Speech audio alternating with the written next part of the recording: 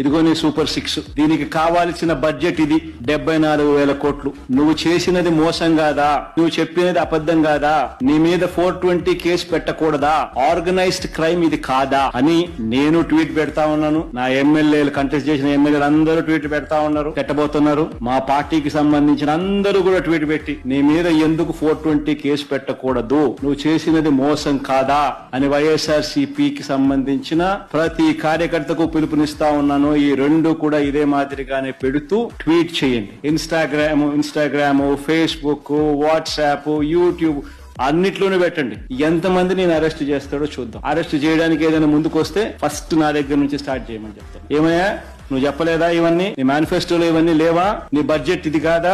నీ బడ్జెట్ లో కేటాయింపులు, వీటికి సంబంధించిన కేటాయింపులు ఇవి ఉండాల్సింది కాదా? మరి ఎందుకు కేటాయింపులు చేయలేదు? చేయనందుకు, మోసం చేసినందుకు, అబద్ధాలు చెప్పినందుకు నీ మీద 420 కేసు ఎందుకు పెట్టకూడదు?